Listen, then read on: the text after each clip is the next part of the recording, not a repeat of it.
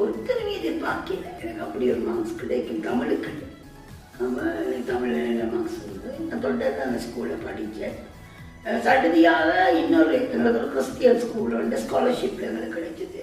இப்போ நாங்கள் 4 பேர் அந்த ஸ்கூலுக்கு நான் படித்தது யாழ்ப்பாணத்தில் நல்ல பிரபலமான ஒரு ஸ்கூலில் எங்களுக்கு ஸ்காலர்ஷிப் கிடைச்சி நாங்கள் அங்கே போனோம்.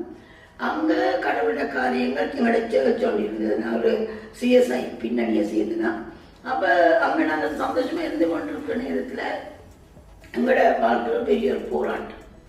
எங்களோட அம்மாவுக்கு வந்து கேன்சர் டாக்டர் சொல்லிட்டார். அப்போ அந்த நாட்கள் இப்படிப்பட்ட நவீன விஞ்ஞான வளர்ச்சியில் ஒன்றுமே இல்லாத காலம். கேன்சர்ன்றது மிகவும் ஒரு அருமையான ஒரு வியாதி. அது வந்தாலே அடுத்த ஸ்டேஜ் வந்து மரணம் தான். அப்படி ஒரு சூழ்நிலையில் இப்போ எங்களோட தாயாருக்கு என்ன செய்யறது தெரியாது.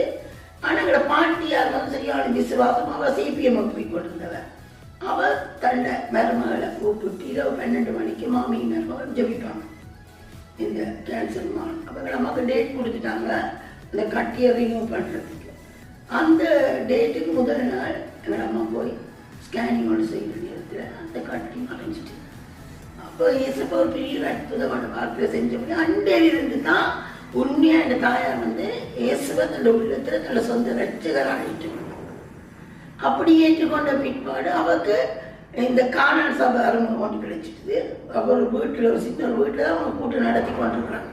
அந்த கூட்டங்களுக்கு போகிறது போனால் அங்கே வந்து பாசோட வார்த்தைகள் எல்லாம் கேட்டு இன்னும் அவங்க நல்ல விசுவாசத்தோட அங்கே இருக்கிற ஊழியக்காக எல்லாத்தையும் பார்த்து எந்த பிள்ளைகளும் இப்படியே கடவுளுக்காக ஊழியம் செய்யணும்னு அவள் ஒப்பு கொடுத்தது. எங்களுக்கு தெரியா ஒப்பு கொடுத்தது.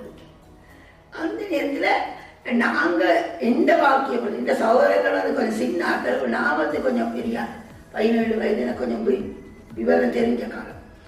ஆனால் எனக்கு அப்படி உலகத்தில் நான் பெரிய ஆளாகணும் என்ற முழு நோக்கம் நான் பெரிய நடிகையாகணும்.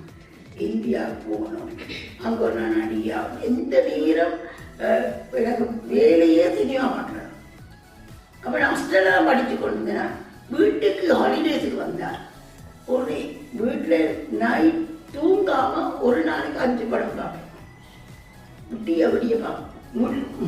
மார்னிங்ஸில் சிஸ்டர்ஸ் வருவாங்க, சர்ச் சிஸ்டர்ஸ் அம்மா மீட் பண்ண வந்தால் இப்போ அம்மா போய் சொல்லணும்.